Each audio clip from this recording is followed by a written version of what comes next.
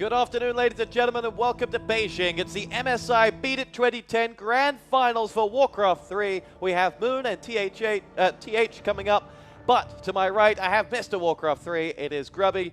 Grubby, you've been with us all weekend. You've seen a great tournament. What are your thoughts on this game? Okay, so my thoughts on this game. I can't give you any general prospects because it's absolutely insane. It's completely, well, give me some synonyms for insane. Ridiculous, unbelievable, sensational, phenomenal. All of those and more. What's going on right now is your average level 10 random team strategy. It's completely insane.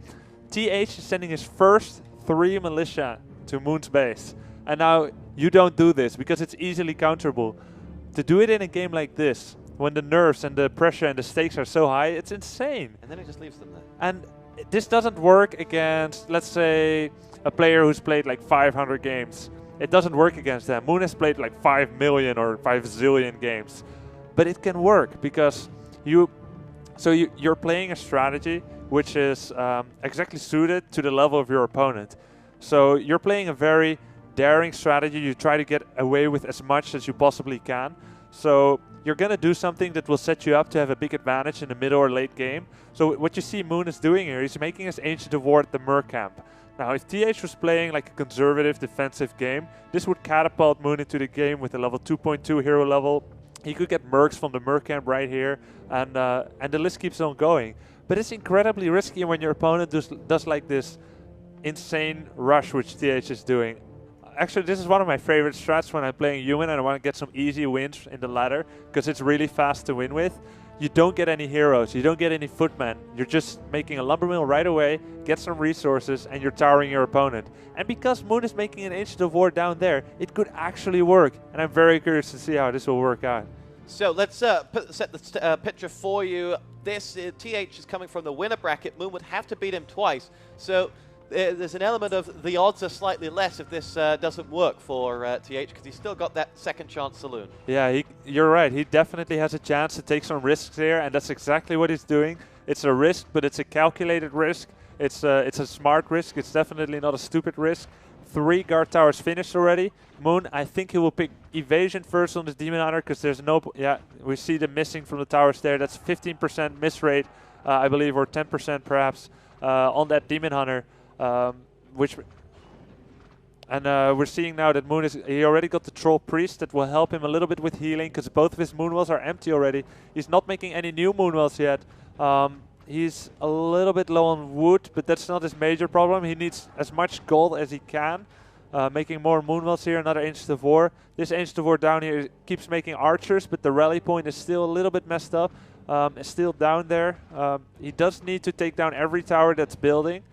And now one of the key things here to do for Moon is to take down guard towers which are currently in construction, but he doesn't need to do it right away. He needs to do it at about 80%.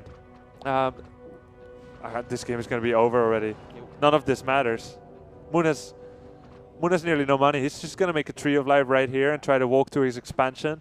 And it's going to take a really long time to have any kind of economy going on. And he didn't do a counter-attack yet. Like if we look at TH's base, he doesn't have any towers in his main base. He's not making altar or barracks yet. He's still... okay, so he's making an altar with his 4 peasants. He figured these 4 peasants in the offense, they can't mine any resources right now, which he's kind of low on. So he figured he might as well use their idleness to instead build some buildings here. And he built an altar and a farm here, which means that in about 1 minute we're going to see a hero come out from TH. No, correct that. He's sending a militia to the tavern to get an instant hero. So I think he'll be hiring maybe a Naga or a Tinker. Anything else would surprise me. A Beastmaster. Now that's very surprising. I can't really imagine why. Okay, he has a lot of hit points, so he doesn't die that easily. He's making summons. And he is kind of low on units now, so perhaps he thinks that's useful. Okay, this is crazy. We're getting a little bit of lag spikes here. The players are suffering from it too. Moon lagging now. TH with some question marks. TH has got to be furious right now. To be honest, TH is doing really well in this game, but could we really call it over? I'm not sure Moon is ready to quit. He's making an expansion. Would be really unfortunate if any of the players dropped here, or if we dropped. Oh, we're back in it. Great. So this is great. This is the best thing that could happen. The host dropped, and in this case, either there will be a disconnect, or the game will revert to be the host. One of the players will be the host. But what happened now, and I'm not sure if this is because of the lag, but there was a militia surround by the Beastmaster and the militia, and he surrounded the Demon Hunter, and it died. And Moon is complaining Spike GG. It's a little bit unfortunate for it to happen in a game like this, in such an important game. But let's not worry too much about that. It's not fun to hang around at that point. Let's just say what an awesome gutty strat this was by TH. Do you reckon TH went back and he thought of the 10 options he had for this match, and he decided last night before he went to bed, I'm going to go for it. I'm going to go for the ballsy move and see what I can do? To be honest, I have no idea what's going on in TH's head. This guy is a madman. 1-0 up for TH. Fantastic play from TH. He rolled a hard 6 and it paid off. And he's now 1 map away from winning this whole thing. Yeah, I do hope they fix the lag issues. I think perhaps someone else can. Now, is there any question that that first map won't stand or anything like that? No, that map will stand. Let's say that at the moment that... We're not playing the same map twice. So hey, this is weird. So I think there's going to be a little bit of a talk right now. We can't see exactly what's happening on stage. Our technical guy probably can. No.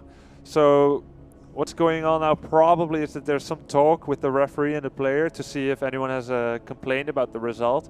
Up until the point where there was the lag spike, I didn't see any of the players complaining yet, and TH took a very significant lead in this game.